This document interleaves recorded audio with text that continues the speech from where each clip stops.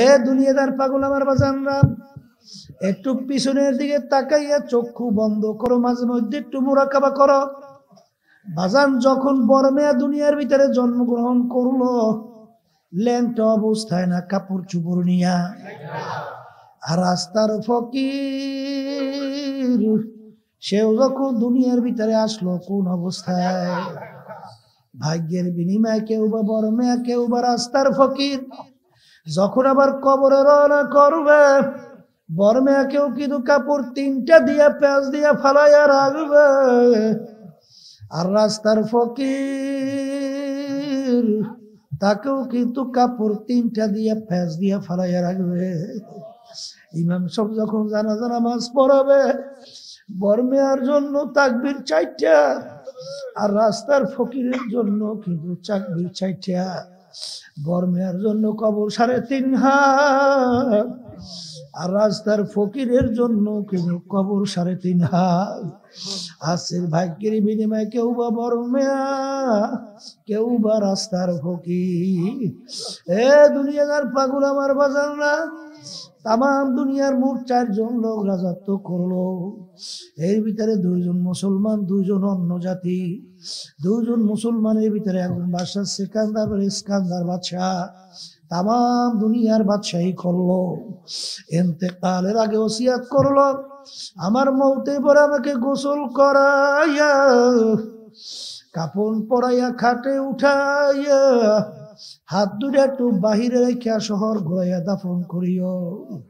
তিনি দুনিয়ার থেকে বিদায় হওয়ার পরে গোসল করাইয়া কাপড় পরাইল, খাটের ভিতরে উঠাই হাত দুইটা বাহিরে রাখিয়া শহর ঘুরয়। যারা বোঝে না তারা বলে, দেখছ আজীবন বাচ্চা আমাদের থেকে খাস এবং ট্যাক্স নিল, এখন মরার পরেও কেমন হাত পাই তেমন খাস এবং ট্যাক্স চায়। আর বিজ্ঞ আলেমরা ডাক দিয়ে বলো, বোকার দলেরা তোমরা তো বুঝো না। বাদশা সিকান্দার ইন্তেকালের আগে ওসিয়াত করছিল, মৌতের পরে হাত বাইরে রেখে ঘুরাইয়া দাফন করার জন্য। তিনি তাম দুনিয়ার মানুষকে বুঝাতে চায়, ও তাম দুনিয়ার মানুষেরা, আমি বাদশা সিকান্দারের মতো এত বড় বাদশা মনে হয় তুই আর কেউ হইতে পারবি না। তাম দুনিয়ার বাদশাহী করলাম, কিন্তু যখন কবরে রওনা করলাম, একেবারে 2টা খালি হাত দিয়ে কবরে রওনা করলাম, আর কিছুই নিতে পারলাম না। উলামায়ে কেরামদের মজলিস, জাকিরিন শাকিরিন বান্দাদের মজলিস, ফিতনা ফাসাদের যুগ। যেই যুগের ভিতরে বাংলাদেশের ভিতরে শতকরা প্রায় 92 জনের মতো মুসলমান বসবাস করে, সেই দেশের ভিতরে ইসলামের বিরুদ্ধে, হক্কানি উলামায়ে কেরামদের বিরুদ্ধে বিভিন্ন ধরনের ষড়যন্ত্র চলছে। যেই দেশের ভিতরে শতকরা 92 জনের মতো মুসলমান বসবাস করে, সেই দেশের ভিতরে নামাজের সময় দেখবেন 1000 লোকের ভিতরে 20-30 জন কম বেশি নামাজ পড়ে, বাকি লোক নামাজই পড়ে না।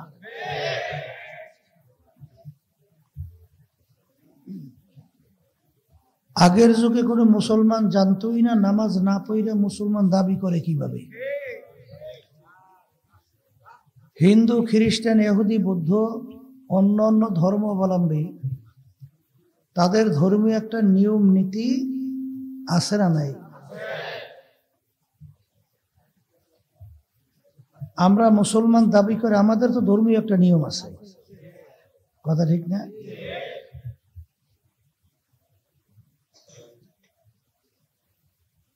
নামাজ হইল মুসলমান কাফেরের ভিতরে পার্থক্যকারী। আল্লাহ রাসূল সাল্লাল্লাহু আলাইহি ওয়াসাল্লাম বলছেন, মুসলমান নামাজ পড়ে, কাফেরে নামাজ পড়ে না। আল্লাহ রাসূল বলছেন, বেহেশতে ঢোকার চাবি হইল নামাজ। আল্লাহর সঙ্গে সম্পর্কের মাধ্যম হলো নামাজ। আল্লাহ রাব্বুল আলামিন বলছেন, নামাজ তোমাদের সমস্ত খারাপ কাজ থেকে ফিরিয়ে রাখবে। কথা ঠিক না? নামাজের কিন্তু দুইটা দিক আছে, একটা হলো প্রকাশ্য আর একটা হচ্ছে গোপনীয়। অনেকে বর্তমানে নামাজ পড়ে প্রকাশ্যে দেখা যায় রুকু সিজদা করে, কিন্তু ভিতরের নামাজের রূহ নাই। কবি এক কথায় বুঝাতে যেয়ে বলছিলেন, রাহ গয়া রসমে রুজা রুহে, রাহ গয়া রসমে আজা রুহে বেলালি না রাহি, ফলসফা তো রাহ গয়া হ্যায় লেকিন তালকিন গজ্জালি না রাহি। দুনিয়ার ভিতরে এখন আজান আছে, কিন্তু বেলালে হাবশী রাদিয়াল্লাহু তাআলা আনহু তার আজানের যে রূহ ছিল, সেই রূহ এখন আর বাকি নাই। নামাজও পড়বে, আবার সেই সমস্ত মুসলমান হক্কানি আলেমদের বিরুদ্ধে গালাগালি বিরুদ্ধাচরণ করবে, এটা তো হতে পারে না। রোজাও রাখবে, ইসলামের বিরুদ্ধাচরণ করবে, এটা তো হতে পারে না।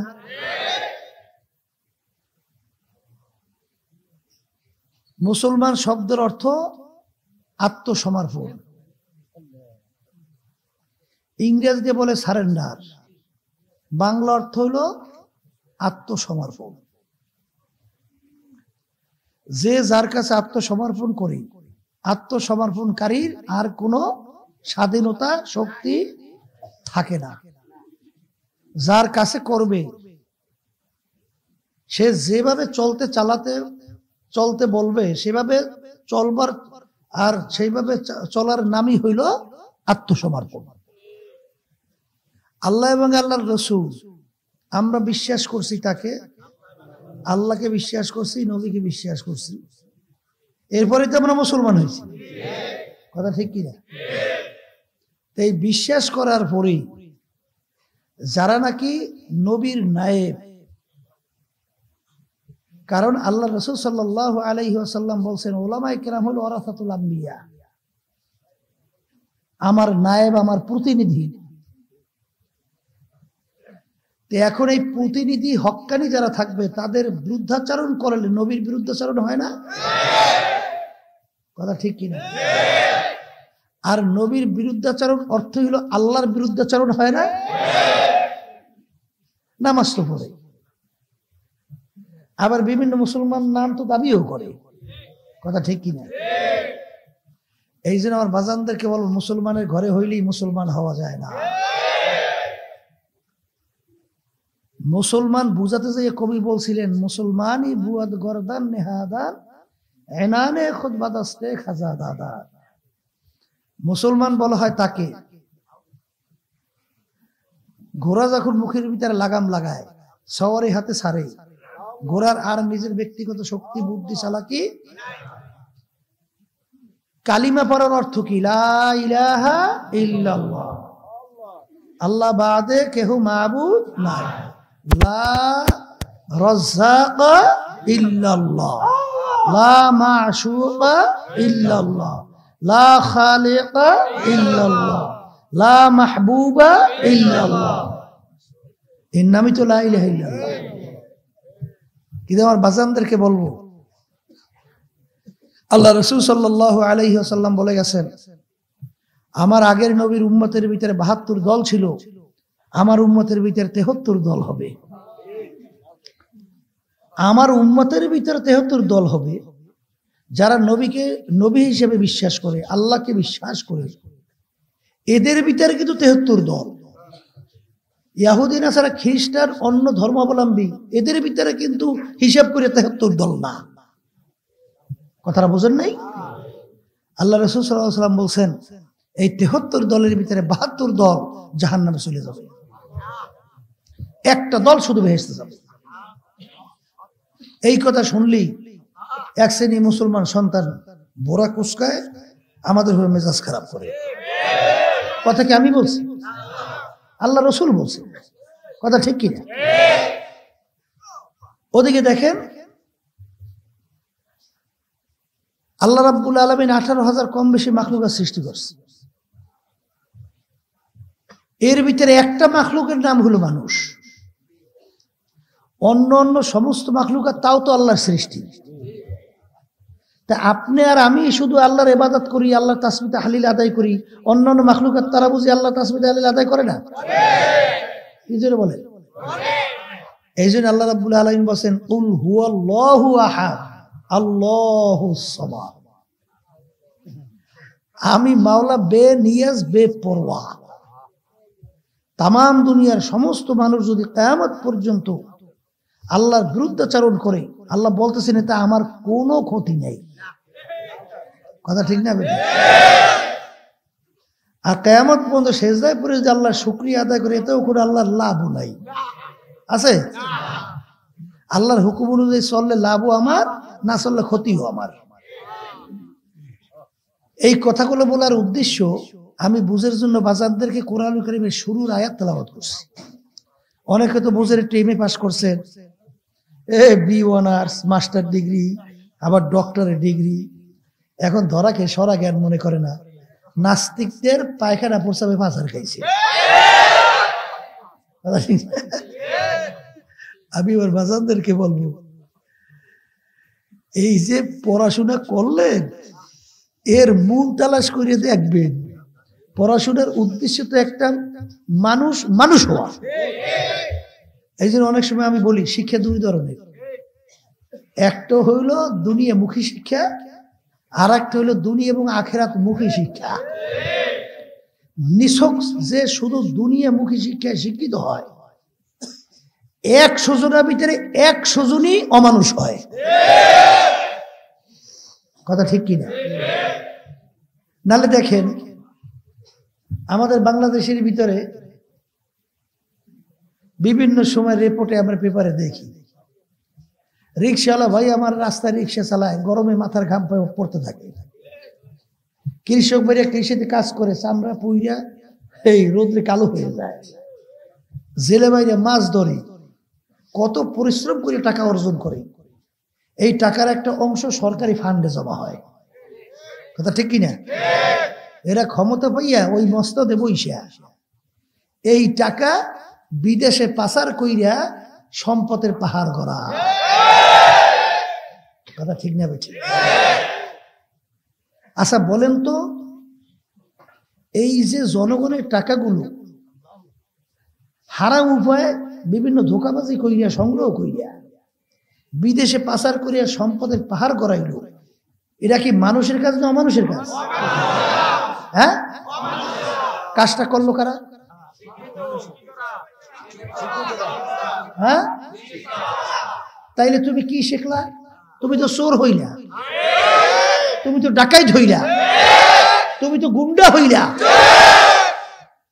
তাহলে তুমি কি হইলা? মানুষ তো হইতে পারলো না। কথা ঠিক কিনা? আমি অনেক সময় উদাহরণ দিয়ে বলি যে দেখেন আমাদের পাশের রাষ্ট্র এই মায়ানমার, সেখানে মুসলমানদেরকে অত্যাচার কইরা নির্দোষ ভাবে হত্যা করলো। মায়ের কোলে শিশু বাচ্চাটাকে ধইরা কোপাইয়া টুকরা টুকরা করলো। মায়ের দুধ পানকারী সন্তানটাকে ধইরা টুকরা টুকরা কইরা রক্ত দিয়া ওরা গোসল করে, হোলি খেলায় মত্ত হইল। এই মানুষগুলোকে লক্ষ লক্ষ এইভাবে সাগরের ভিতরে ভাসাইয়া দিল। এটাকে মানুষের কাজ না মানুষের কাজ? এই কাজটা যারা করছে এর ভিতরে ইসলামী শিক্ষা শিক্ষিত কয়জন আছিল? আসলে একজন।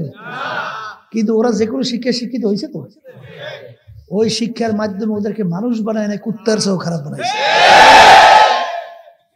এরপরে দেখেন তাম দুনিয়ার ভিতরে উল্লেখযোগ্য রাষ্ট্র আমেরিকা, চীন, ভারত, রাশিয়া, লন্ডন, ফ্রান্স। কথা ঠিক না বেঠিক? জাতিসংঘে যখন মায়ানমার এই ব্যাপার নিয়ে আলোচনা করছিল, তখন এই উল্লেখযোগ্য রাষ্ট্রগুলো মায়ানমার পশুদের পক্ষ অবলম্বন করছে আর নির্যাতিত মুসলমানদের বিরুদ্ধাচরণ করছে। আর আজকে বাংলাদেশের মধ্যে কিছু ওদের দোষর, ওদের নীতি আদর্শ বাস্তবায়নের জন্য আজকে ওলামায়ে কেরাম হক্কানীদেরকে এই বাংলাদেশ থেকে নির্মূল করার বিভিন্ন ষড়যন্ত্র করছে। আমরা পরিষ্কার ঘোষণা করব, তোমাদের এই স্বপ্ন আল্লাহর ফজলে বাংলাদেশে কোনোদিন বাস্তবায়ন হবে। হবে? কোনোদিন হবে? কোনোদিন হবে না। আর আমি আমার বাজানদেরকে বলবো, আর একটা শিক্ষা বলছি, দুনিয়া এবং আখিরাত মুখী শিক্ষা, যেটা নিয়ে আসছিলেন আল্লাহর হাবিব মুহাম্মদ রাসূলুল্লাহ। পড়াশোনা তো করছি, আসলে ইসলাম সম্পর্কে তো জানে নাই। ইটালির প্রাক্তন এক সংসদ সদস্য, এমপি ছিল ইটালির এক সংসদে, ইসলাম মুসলমানদের বিরুদ্ধাচরণকারীর ভিতরে উল্লেখযোগ্য একজন। চিন্তা করলে ইসলাম মুসলমানদের বিরুদ্ধে একটা বই লিখতে হবে। যখন ইসলাম মুসলমান এদের বিরুদ্ধে বই লিখতে হইলে তাদের সম্পর্কে তো জানাও তো লাগবে। তিনি যখন ইসলাম মুসলমান সম্পর্কে রিসার্চ করলো, কয়েকদিন আগে নিজেই কলেমা পড়ে মুসলমান হয়ে গেছে। কথা ঠিক না? আল্লাহ রাসূল সাল্লাল্লাহু আলাইহি ওয়াসাল্লামকে আল্লাহ রাব্বুল আলামিন পাঠাইছেন কি উপাধি দিয়ে? ওমা আরসালনাকা ইল্লা রাহমাতাল লিল আলামিন, শান্তির দূত হিসেবে। শুধু মুসলমানদের জন্য না, সব মানুষের জন্য, সমস্ত মাখলুকাতের জন্য।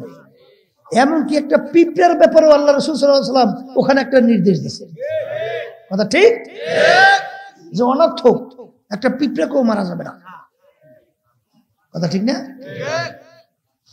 ওই এক খ্রিস্টান মুসলমানদেরকে টিটকারি দিতে যেয়ে বলছিল, তোমাদের নবী হলো সর্বোৎকৃষ্ট নবী।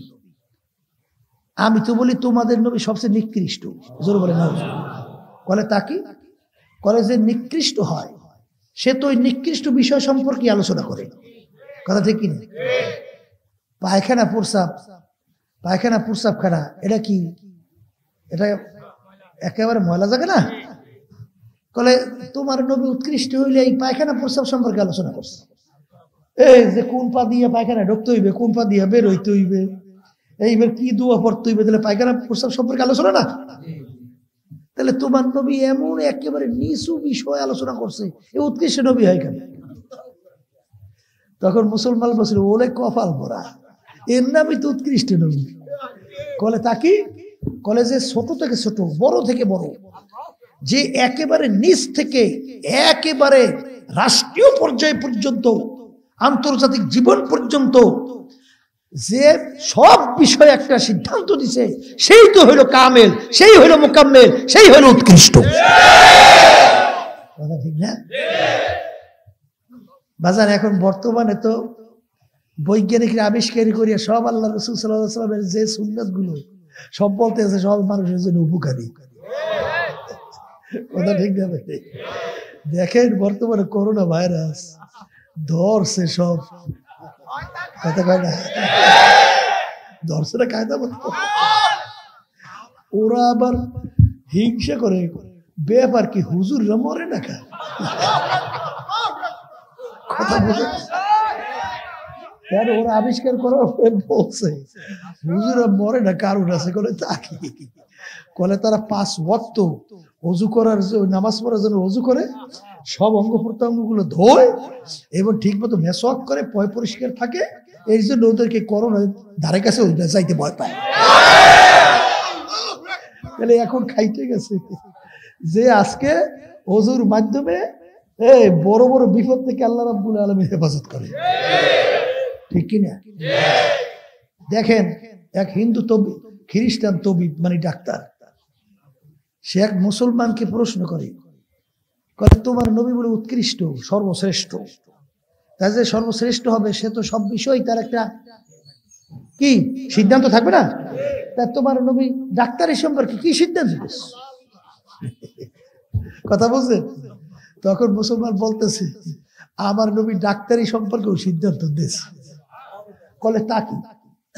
কলে আমার নবী বলছেন পেটটাকে 3টে ভাগ করো। পেটের কয় ভাগ? মুখস্থ রেখেন, বলেন 1 ভাগ খানা, 1 ভাগ পানি, 1 ভাগ খালি। পেটটাকে 3টে ভাগ করিয়া 1 ভাগ খানা, 1 ভাগ পানি, 1 ভাগ খালি। হিন্দু ওই খ্রিস্টান তবিব ডাক্তার বলতেছে এই নিয়মে যদি কেউ চলতে পারে কোনোদিন তার পেটের রোগ আসতে পারে না, আর সমস্ত রোগগুলো ছড়ায় পেট থেকে। এর চেয়ে আর বড় সিদ্ধান্ত কি দেবে ডাক্তারি বিষয়? জোরে বলেন, কথা ঠিক কিনা? এরপরে দেখেন সবই এখন আবিষ্কার হইতে আছে, অত আলোচনা আমি বেশি করবো না। এই যে ডান দিকে কাত হইয়ে শোয়া, কথা ঠিক না? এখন আবিষ্কার করছে যে ডান দিকে কাত হইয়া শুইলে হার্টের ভিতরে, ফুসফুসির ভিতরে এবং খাদ্য হজমের ব্যাপারে সবচেয়ে বড় সহযোগী, কথা ঠিক না? কারণ হার্ট লাঞ্চ সব থেকে বাম পাশে। খাওয়ার পরে যখন এই বাম খাইতে আপনি শুইবেন তখন হার্টের উপরে চাপ পড়ে, লাঞ্চের উপরে চাপ পড়ে, খাদ্যের এই হজমে সমস্যা করে। কিন্তু এই নিয়মে যদি শোয়া যায় তাইলে আল্লাহর ফজলে করে বড় ধরনের কোনো রোগ আসতে পারে না। এরকম ঢিলে কুলুমের ব্যাপারে, সব ব্যাপারে এখন দেখে যে আল্লাহর হাবিব ছিল সবচেয়ে বড় বৈজ্ঞানিক। মরিস বোকাইলি তাম দুনিয়া ভেতরে বিশ্ববিখ্যাত একজন বৈজ্ঞানিক। বৈজ্ঞানিক মানে বিশেষ জ্ঞানী। তিনি বই লেখছেন বাইবেল, কোরআন ও বিজ্ঞান, প্রায় 400-450 পৃষ্ঠা ব্যাপী। সেদিনকে তার একটা লেখা আসছে, দেখলাম যে বিজ্ঞান অনুযায়ী ইসলাম চলবে না, ইসলাম অনুযায়ী বিজ্ঞান চলে। বুঝা গেল এমন কোন দিক নাই যেখানে ইসলাম একটা কি দেয় না, দিক নির্দেশনা দেয় না। কপাল ফোরা কিছু মুসলমানের সন্তান। আজকে আফসোস, বিজাতিরা পর্যন্ত আল্লাহ রাসূল সাল্লাল্লাহু আলাইহি ওয়াসাল্লামকে আল আমিন বলে ঘোষণা করেছে। বিজাতিরা পর্যন্ত তাদের ভিতরে ঝগড়া আদি, তাদের মারামারি কাটাকাটি, বংশক্রমে খুনাখুনি, সব আল্লাহ রাসূল সাল্লাল্লাহু আলাইহি ওয়াসাল্লামকে তারা সালিশদার মাইনা সে যে সিদ্ধান্ত দিতেন সেই সিদ্ধান্ত তারা মানিয়ে নেবে। কথা ঠিক কিনা? আমি গেছিলাম মদিনা শরীফ। মদিনা শরীফ ইঞ্জিনিয়ার আব্দুল হাই সাহেব, সে মদিনা শরীফ থাকে। সে আমাকে দাওয়াত করছে তার বাসায়, হুজুর আমার বাসায় আসবেন দাওয়াত। তা গেলাম তার বাসায়। যাওয়ার পরেই সে আমার সামনে একটা বই দিল। বইটার নাম হলো 100, অর্থাৎ দুনিয়া সৃষ্টির পরে 100 মনীষীর নাম বিজাতিরা লিস্টভুক্ত করছে। কত মানুষ? করে হুজুর একটু ওই প্রথম নামটা পড়িয়ে দেখেন তো কার। আমি পড়িয়ে দেখি প্রথম নামটা মুহাম্মদুর রাসূলুল্লাহ সাল্লাল্লাহু আলাইহি ওয়াসাল্লাম। বিজাতিরা পর্যন্ত তার নামটা প্রথম নিয়ে আসতে বাধ্য হয়েছে। ওরা মোরামারি না করে বয়ান নেই, ওরা ছাড়িয়ে দেন। কথাটা কি কইছে বুঝেন? তা আমার বাজানদেরকে বলবো, আমেরিকার প্রধান বিচারালয়ের সামনে মূল ফটকের ভিতরে এখনো লেখা আছে সর্বযুগের সর্বশ্রেষ্ঠ আইন প্রণেতা, তার নাম হলো মুহাম্মদুর রাসূলুল্লাহ সাল্লাল্লাহু আলাইহি ওয়াসাল্লাম। কি বুঝলেন? এই আলোচনার মাধ্যমে আমি মূলত বোঝাতে চাই বাজার, আল্লাহ রাব্বুল আলামিন তার নবীকে দুনিয়াতে পাঠাইছেন শান্তির দূত হিসাবে। কথা ঠিক না? আর কিছু আজকে আমার মুসলমান সন্তান, আমার বাজানরা আজকে ইসলাম সম্পর্কে না বুঝা না শুই না, আজকে তারা ইসলামের বিরুদ্ধে, হক্কানি উলামায়ে কিরামদের বিরুদ্ধে আজকে কটাক্ষমূলক আলোচনা করে। আমি সেই বাজানদেরকে বলবো যে তোমরা নাস্তিক, মুরতাদ, বেঈমানদের পায়খানা পুরসায় পাসার খাইছো, তোমাদের ব্রেন ঠিক নাই, তোমাদের ব্রেন সব নাস্তিকতা হয়ে গেছে। কথা ঠিক না বেঠিক? এই জন্য আমার বাজানদেরকে বলবো যে কোরআনুল কারীম শুরুর আয়াত তেলাওয়াত করছি, মনে করছেন আমরা হুজুর কিছু বুঝি না। ওই ডক্টর সলিমুল্লাহ বলছে, ওর কথা তো শুনছে, কিছু নাস্তিক তার সামনে বসছে যে ধর্ম সম্পর্কে, ধর্ম নিয়ে রাজনীতি চলে, অমুক সমুক টমুক, কই মাদ্রাসা এটা কোনো শিক্ষাই না, এমন উত্তর দেশে সব লাজবাব হইয়া শেষ পর্যন্ত তোমরাই তো কোনো শিক্ষিতের মধ্যেই পড়ো না, কি শেখছো? আবার কথায় কথায় মাঝখানে ফুটটুর ফুটটুর ইংরেজি নয়, কথা ঠিক না? আবার গৌরব করে এই, তাহলে ভাষা আন্দোলনের জন্য এত মানুষ আমাদের দেশে জীবন শেষ করলো কেন? আজকে যদি তোমার ইংরেজি ভাষাটাই তোমার কাছে ভালো লাগে, তাইলে বাংলা ভাষার জন্য জীবন দিলা কেন? কথা ঠিক কিনা?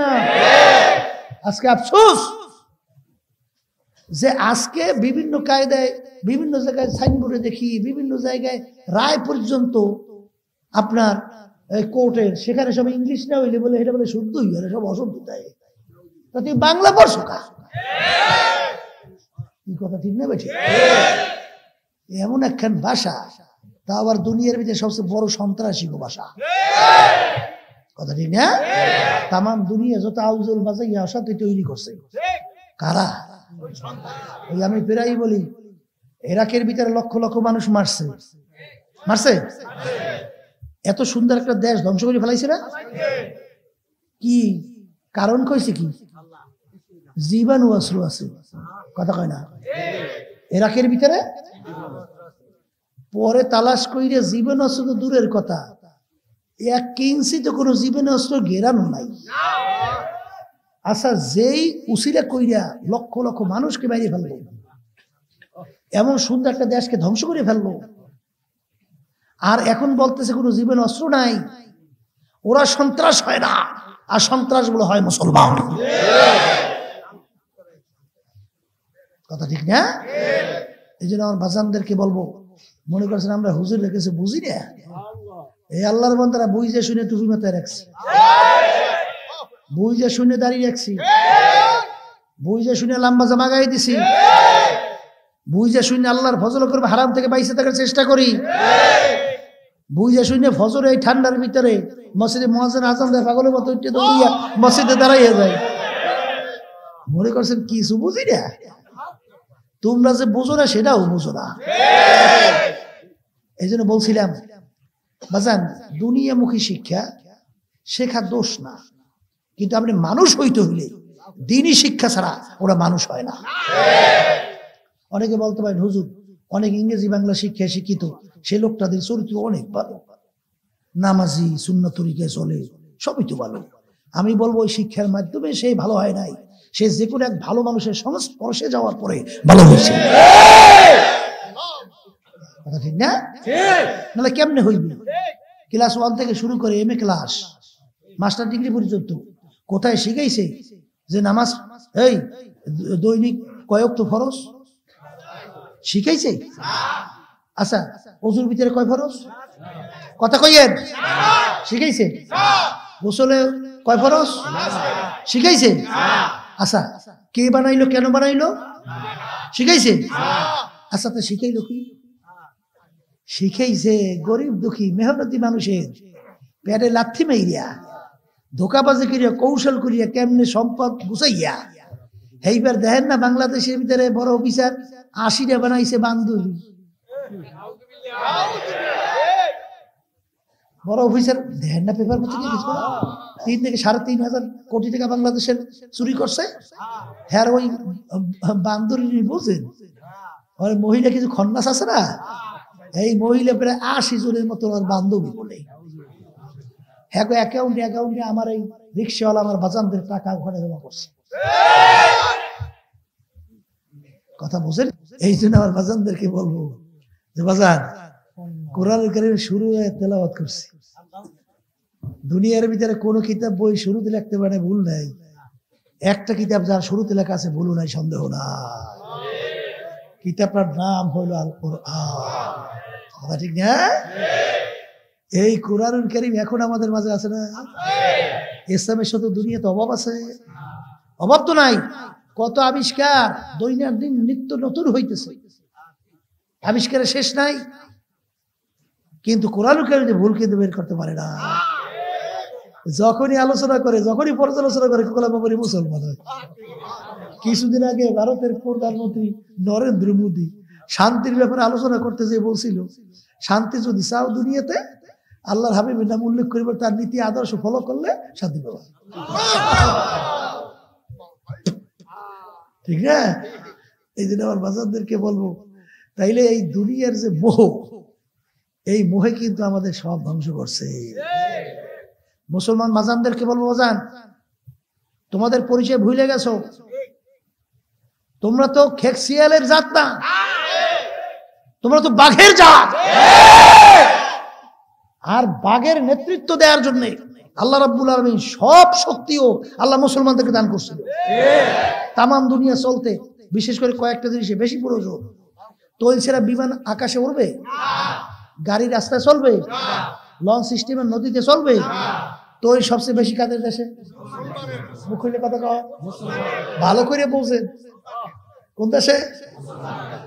দেখেন তামসাটা, রাজত্ব করতে যা যা লাগে আল্লাহ আগেই দিয়ে রাখছে। স্বর্ণের মাধ্যমে এই দেশের টাকার অর্থ মান বাড়ে কমে। সিংহভাগ স্বর্ণ কাদের দেশে? অলমকুল্লিয়া রবার সেনের রবার, বিমানের চাকা বানায়, গাড়ির চাকা বানায়, এই রবার মুসলমানদের দেশে বেশিরভাগ মালয়েশিয়া সহ। এই খালি একটা যদি নিয়ন্ত্রণ করতে পারে সবাই পায়ের তলে পড়তে পারে। কথা ঠিক না? এই জন্য আমার বাজানদেরকে বলবো, কবি বলতে যেয়ে বলছিলেন, না আমেরিকা লা লন্ডন সে হুলফাত, না আমেরিকা লা লন্ডন সে হুলফাত, আমি মস্তে মদিনা কর খোদায়া। হে নৌকার মাঝি, তোমার নৌকার পাল কোন দিকে ধরছ? তোমার নৌকা কোন ঘাটে ঘাট দিবে? তোমার নৌকা কি আমেরিকা বুশের ঘাটে ঘাট দিবে, না লন্ডনের বেলায়ারের ঘাটে ঘাট দিবে, না ভারতের নরেন্দ্র মোদীর ঘাটে ঘাট দিবে, না তোমার নৌকা মদিনা আল্লাহর হাবিবের রওজা পাকে ঘাট দিবে? জোরে বলে কথা ঠিক না বেঠি? এই জন্য আমার বাজানদেরকে বলবো, পর্দা আলে মা বোনদেরকে বলবো, ফাসাও ফাতার ইনকাশাফাল গুবারো আফারাসুন তাহতার জলকা আমে হিমারো। এ দুনিয়াদার পাগল আমার বাজানরা, আজকে চোখ শব্দ হয় না যেন কোনো, চক্ষু খোলা দুনিয়া। আজকে আমি পরিচয় দিই আমি পীর, কেউ পরিচয় দেয় আমি মুফতি, কেউ পরিচয় দেয় আমি মুহাদ্দিস, কেউ পরিচয় দেয় আমি শাইখুল হাদিস, কেউ পরিচয় দেয় আমি চেয়ারম্যান, কেউ পরিচয় দেয় আমি মেম্বার, কেউ পরিচয় দেয় আমি এমপি, আমি মিনিস্টার, কেউ পরিচয় দেয় আমি জমিদার, কেউ পরিচয় দেয় আমি অমুক তমুক সমুক। এই পরিচয় কয়দিন চলবে? যে কয়দিন দুনিয়ার ভিতরে চক্ষু খোলা থাকবে। যখন চিরতরে চক্ষু বন্ধ হবে তখন পরিচয় হইয়া যাবে তুমি বর্মেয়ানা জাহান্নামের কয়েদি। এ দুনিয়াদার পাগল আমার বাজানরা, একটু পিছনের দিকে তাকাইয়া চক্ষু বন্ধ করো, মাঝে মধ্যে একটু মুরাকাবা করো। বাজান যখন বর্মেয়া দুনিয়ার ভিতরে জন্মগ্রহণ করলো, ল্যাংটা অবস্থায় না, কাপড় চুপড় নিয়া, আর রাস্তার ফকির সেও যখন দুনিয়ার ভিতরে আসলো কোন অবস্থায়? ভাগ্যের বিনিময়ে কেউ বা বর্মেয়া, কেউ বা রাস্তার ফকির। যখন আবার কবরে রওনা করবে, বর্মেয়া কেউ কিন্তু কাপড় তিনটা দিয়া পেঁয়াজ দিয়া ফালাইয়া রাখবে, আর রাস্তার ফকির তাকেও কিন্তু কাপড় তিনটা দিয়া পেঁয়াজ দিয়া ফালাইয়া রাখবে। ইমাম সাহেব যখন জানাজা নামাজ পড়াবে, বর্মেয়ার জন্য তাকবীর 4টা, আর রাস্তার ফকিরের জন্য কিন্তু তাকবীর 4টা। বর্মেয়ার জন্য কবর 3.5 হাত, আর রাস্তার ফকিরের জন্য কিন্তু কবর 3.5 হাত। আজকের ভাগ্যের বিনিময়ে কেউ বা বর্মেয়া, কেউ বা রাস্তার ফকির।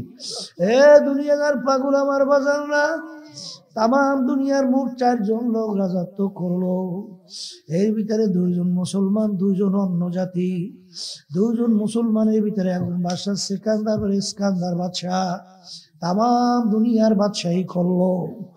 ইন্তেকালের আগে ওসিয়াত করলো, আমার মৌতের পর আমাকে গোসল করাইয়া, কাপড় পরাইয়া, খাটে উঠাইয়া, হাত দুটো একটু বাহিরে রেখে শহর ঘুরাইয়া দাফন করিও।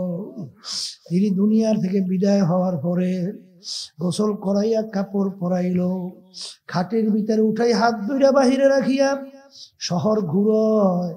যারা বোঝে না তারা বলে, দেখছ আজীবন বাদশা আমাদের থেকে খাস দেব ট্যাক্স নিল, এখন মরার পরেও কেমন হাত পাই তেমন খাস দেব ট্যাক্স চায়। আর বিজ্ঞ আলেমরা ডাক দিয়ে বলো, বোকার দলেরা তোমরা তো বুঝো না, বাদশাহ সিকান্দার ইন্তেকালের আগে ওসিয়ত করছিল মৌতের পরে হাত বাইরে রেখে ঘুরাইয়া দাফন করার জন্য। তিনি তামাম দুনিয়ার মানুষকে বুঝাতে চায়, ও তামাম দুনিয়ার মানুষেরা, আমি বাদশাহ সিকান্দারের মতো এত বড় বাদশাহ মনে হয় দ্বিতীয় আর কেউ হইতে পারবি না। তামাম দুনিয়ার বাদশাহী করলাম, কিন্তু যখন কবরে রওনা করলাম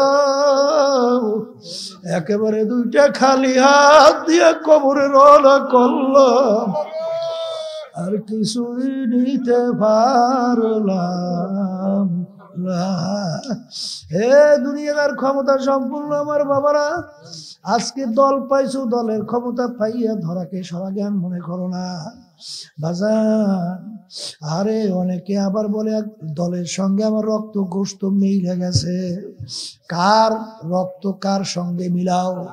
এ কপাল পুরারা, আমার মাওলার নেয়ামত এক ফোঁটা রক্ত তৈরি করার শক্তি তামাম দুনিয়ার কোন মানুষের আসেনি বাবা। বাজান এক টুকরা গোশত তৈরি করার শক্তি দুনিয়ার কোন মানুষের আছে? এই জোরে বলো, রক্ত নেয়ামত কার, গোশত নেয়ামত কার? আমার মাওলার দাও রক্ত গোশত পাইয়া কার সঙ্গে মিলাও? এ কবরের যাত্রীরা শুইনা রাখো, আমার উপরে কোনো রাগ কইরা লাভ নাই, কারণ তোমার কবরে তুমি যাবা, আমার কবরে আমি যাব। তোমার কবরে প্রশ্নের উত্তর তুমি দেবা, আমার কবরে প্রশ্নের উত্তর বাজান রে। আরে কার রক্ত কার গোশত কার সঙ্গে মিলাও? হাদিসের ভিতরে আর আল্লাহর রাসূল বলছেন, মান তাশাব্বাহা বিকওমিন ফাহুয়া মিনহু।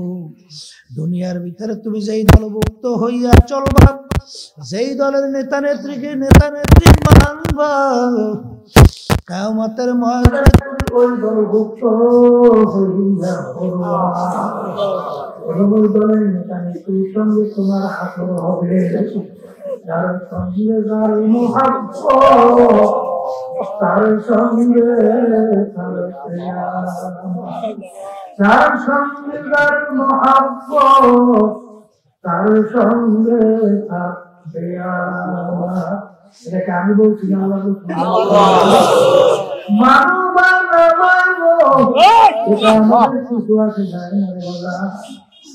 আল্লাহ রাসূল সাল্লাল্লাহু আলাইহি ওয়াসাল্লাম যখন এক আল্লাহর উপরে নানা দাওয়াত এবং অন্যার বিরুদ্ধে মূর্তি পূজার বিরুদ্ধে যখন আল্লাহর রাসূল বলা শুরু করলো, বাজার ওরা আল্লাহর হাবিবের কথায় সাড়া দেয় না, ওরা ঈমান আনে না।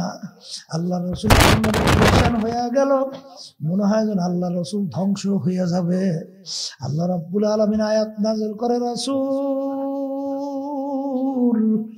আপনাকে তো আমি দুনিয়াতে দারোগা কইরা পাঠাই নাই, আরে ওরা না মানলে আপনাকে জোর করে মানাতে হবে, এর জন্য আপনাকে আমি দুনিয়ায় পাঠাই নাই। আপনাকে পাঠাইছে শুধুমাত্র দাওয়াত পৌঁছাইয়া দিবেন, ওরা মানে বা না মানুক এটা বুঝবো আমি মাওলা ওদের সঙ্গে। এ বড় লোক আমার বাজানরা, ক্ষমতা সম্পূর্ণ আমার বাজানরা, আজকে ক্ষমতা পাইয়া হারে টাকার গরমে, সম্পদের গরমে, দলের গরমে আজকে ধরাকে সরা জ্ঞান মনে করো না।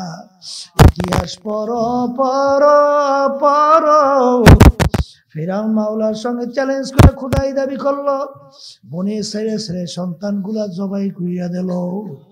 বাজান আরে এত বড় শক্তিধর কেউ কোনো বলার ক্ষমতা নাই, কিন্তু যখন ওর হায়াত শেষ হইয়া গেল, আমার মাওলা ওকে নীল নদীর ভিতরে ফালাইয়া চুবাইয়া চুবাইয়া মারছে। কই ফেরাউনের কোনো পাত্তাও পাওয়া যায় না, সাদ্দাদের কোনো পাত্তাও পাওয়া যায় না, নমরুদের কোনো পাত্তাও পাওয়া যায় না। আমাদের বাংলাদেশের ভিতরে কত বড় বড় নেতারা বাজার, যাদের হুঙ্কারে মনে হয় বাংলার জমিন থর থর করে কাঁপতো, আজকে যাইয়া দেখো হাইকোর্টের মাজারে পইরা আছে একজন দিনদার আল্লাহওয়ালা নামাজি মানুষ, ওদের কবরের কাছে যে একটু সালাম দেয় না, বরঞ্চ মনে মনে বলে শয়তানটা মরছে ভালো হইছে। পাতি শ্রীগাল কুকুর যে ওদের কবরে পায়খানা প্রসাব কইরা ভইরা রাখে, আর বাজান যখন নাকি কোন আল্লাহওয়ালা গরিব হইল তার কবর পাশ দিয়া যায়, একটু সালাম দিয়া জিয়ারত না কইরা যাইতে পারে না। যাইয়া দেখো পটুয়াখালী জেলা ইয়ারউদ্দিন সাহেব রহমাতুল্লাহ আলাইহি সাধারণ একজন মানুষ ছিল, পেঁয়াজ রসুন আদা বাজান মুদি দোকানদারি করত। আল্লাহর দরবারে কেমন প্রিয় ছিল, আল্লাহ তাকে কেমন সম্মান দান করলো, আজকে নদীর কিনারার ভিতরে ঘুমাইয়া রইছে। যত লঞ্চ স্টিমার নদী থেকে যায় টবের কইরা থামাইয়া সম্মান না দেখাইয়া কেউ সামনে যায় না। বাজান যাইয়া দেখো সিলেটে শুয়ে রয়েছে শাহজালাল রহমাতুল্লাহ আলাইহি, শাহ পরান রহমাতুল্লাহ আলাইহি। বাজান লক্ষ লক্ষ মানুষ তাদের কবরের পাশে যায়, এমন ভাবে আচরণ মনে হয় যেন ভয়তে অস্থির, কথা জোরে বলে না, মইরাও বাদশাহী করতে আছে। এ দুনিয়াদার পাগল আমার বাবারা, যাদের পিছনে ঘোরো এরাও কিন্তু দেখবা এদের কবর জিয়ারত করিয়া কার্যক্রম শুরু করে। এই জোরে বলো কথা ঠিক হবে কি? এই জন্য আমার বাজানদেরকে বলবো, পর্দা আলে মা বোনদেরকে বলবো, মনে করছে আমার মাওলার থেকে সুইটা চলে আসো রে না, আমার মালিক আগেই ঘোষণা করছেন আমহিল হুম রুয়াইদা, আমি তোমাদেরকে ঢিল দেওয়ার মতো ঢিল দিয়ে দিলাম। বাজান পরীক্ষার হলে ছাত্র ছাত্রী পরীক্ষা দেয়, প্রশ্ন দেওয়া হয়, পত্র দেওয়া হয়, 3 ঘন্টা সময় দিয়ে দেওয়া হয়। যা মনে করে পরীক্ষার হলে তুমি লিখবা, তোমাকে কেউ বাধাও দেবে না, নিষেধও করবে না। কারণ বাজান যদি বাধা দেওয়া হয় পরীক্ষা বলতে আর কিছু থাকবে না। ঠিক বাজান, দুনিয়াটা হলো পরীক্ষার হল। আমার মালিক তোমাকে আমাকে দুনিয়াতে পাঠাইলেন কেন? ওয়ালা নাবলুওয়ান্নাকুম, অবশ্যই অবশ্যই আমার মাওলা তোমাকে পরীক্ষা করবে। পরীক্ষা করতে হলে স্বাধীনতা লাগবে, এই জন্য আমহিল হুম রুয়াইদা, আমার মালিক তোমাকে আমাকে স্বাধীনতা দিয়ে দিল। এরপরে আমার মালিক বলল হাদাইনা হুমুর রাজুদাই, আমি স্বাধীনতা দিয়া তোমাদেরকে আমি 2টা রাস্তা দেখাইয়া দিলাম, তুমি যেই রাস্তায় চলবা ওই রাস্তায় চলার শক্তি তোমাকে আমি দান করব। আর তুমি ডানের পথে চলো, বেহেশতের রাস্তায় চলো, আমি বেহেশতে যাওয়ার শক্তি তোমাকে আমি দান করব। আর যদি জাহান্নামের রাস্তায় চলো, জাহান্নামে চলার রাস্তায় শক্তি আমি তোমাকে দান করব।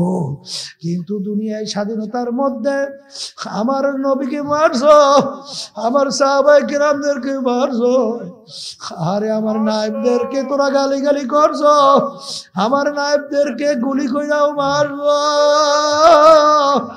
আমার রাসূলের প্রতিনিধিদেরকে গালি দিছ।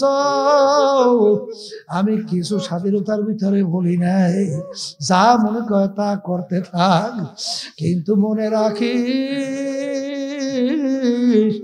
কুল্লু নাফসিন তোদের প্রত্যেকের মুখের ভিতরে আমি মৌতের বর্ষি লাগাইয়া ছাইরা দিলাম। ঘুরতে ঘুরতে ঘুরতে যখন তোর হায়াতের বেড়াটা পার কইরা মৌতের বিচারে পেট খারাপ বসাইয়া দিবি, আমার আজরাইল যখন তোর বাড়ির দরজা সিজে বাজাইয়া বলবে, যত ডাক্তার কবিরা চেষ্টা করুক না কেন, যত স্যালাইন তোমার শরীরে পুশ করুক না কেন, রাখতে কিন্তু আর পারবে এই জন্য আমার বাজানদেরকে বলবো, পর্দা আলে মা বোনদেরকে বলবো, বাজান দুনিয়া কিন্তু ক্ষণস্থায়ী। আরে মানুষগুলা ঠাস ঠাস ঠাস ঠাস করে মরে যায়। আল্লাহ, কে কোন সময় রওনা করবে এটা কিন্তু তোমারও জানা নাই, আমারও জানা নাই বাজান। আরে আরে কত মানুষ দেখলাম। আরে সেদিনকার বাজার সর্বনে আমাদের খাদেম ছিল নুরুজ্জামান ভাই। আরে ওই কথা বলতে আছে, এরপরেই শুনি অসুস্থ, এরপরে শুনি নাই। আরে এরকম ভাবে কত মানুষ নামাজে সেজদাতে আর উঠতে পারে নাই। কে কখন কোন সময় রওনা করবা তো কারো জানা নাই। কিন্তু বাজানে এমন একটা ব্যাপার, দুনিয়ার যে কোনো কাজে 5 বারও যদি ঠগো, আবার ওই কাজের ভিতরে চেষ্টা করলে জিতবার আশা করা যায়। কিন্তু খোদা না কাজটা একবার যদি কবরে যাইয়া ঠগো, আর দ্বিতীয়বার দুনিয়াতে আইসা আপিল কইরা জিতবার কিন্তু আর আশা নাই। এই জন্য আমার বাজানদেরকে বলবো, আমরা সবাই আল্লাহর পক্ষে থাকবো। জোরে বলেন কার পক্ষে? জোরে বলো কার পক্ষে থাকবো? আল্লাহ এবং আল্লাহর রসুলের পক্ষে থাকবো। এই জন্য আমার বাজানদেরকে বলবো, আল্লাহর হাবিবের হাদিস অনুযায়ী দুনিয়ার ভিতরে যাদের সঙ্গে সম্পর্ক দলভুক্ত হইয়া চলবা, নেতা নেত্রী মানবা, তাদের সঙ্গে কিয়ামতের ময়দানে হাসর হবে। আমরা দুনিয়ার ভিতরে সম্পর্ক রাখবো আল্লাহ ওয়ালাদের সঙ্গে। বড় কথা ঠিক না বেঠিক? খাঁটি নাইবে রসুলদের সঙ্গে। এই জন্য আমার বাজানদেরকে বলবো, যদি এরকম থাকতে পারি, অন্যায়ের কোনো শেষ নাই, গুনার কোনো শেষ নাই। ইব্রাহিম আলাইহিস সালাতু ওয়াস সালাম নমরুদ যখন তাকে আগুনে ফেলাইলো, ব্যাঙ বারবার পানির ভিতরে লাফ দেয়, ডুব গিললে আগুনের দিকে প্রস্রাব করে। আগুনের পরিমাণ অল্প, পানির পরিমাণ অল্প, আগুনের কাছেও যায় না, আর এই পানি দ্বারা আগুন নিভবেও না। জিজ্ঞাস করে, ব্যাঙ তুমি এরকম কেন করো? তোমার এই পানি দ্বারা তো আগুন নিভবেও না, আর এই পানি আগুনের কাছেও যায় না, কেন এরকম তুমি বারবার করো? ব্যাঙ উত্তর দেয়, আমি জানি আমার পানি আগুনের কাছেও যায় না, আর এই পানি দ্বারা আগুন নিভবেও না, কিন্তু আল্লাহ এবং তার খলিল ইব্রাহিম দেখু আমি ব্যাঙ তাদের পক্ষে আছি। এই জন্য হাদিসের ভিতরে আসছে, লা তাকতুলুদ দেবদা, তোমরা ব্যাংকে মাইরো না।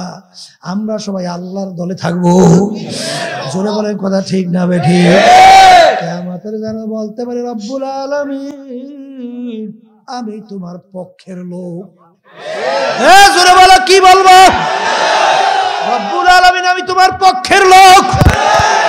পক্ষের লোককে কেউ কোনোদিন বিপদে ফেলায় না। পক্ষের লোকের দোষ ত্রুটি থাকলেও মার্জনা কইরে দুইয়া পয়সা কোলে না নিয়া পারে না। বাজানদেরকে বলো, পর্দা আলে মা বোনদেরকে বলো, বাজান আমি আপনাদের জন্য দোয়া করি, দোয়া চাই, মালিক যেন আমাদের সবাইকে তার খাস বান্দা পর্দা আলে মা বোনদেরকে আল্লাহর খাস বান্দি বানায়, তারপর যেন কবরে ডাক দেয়।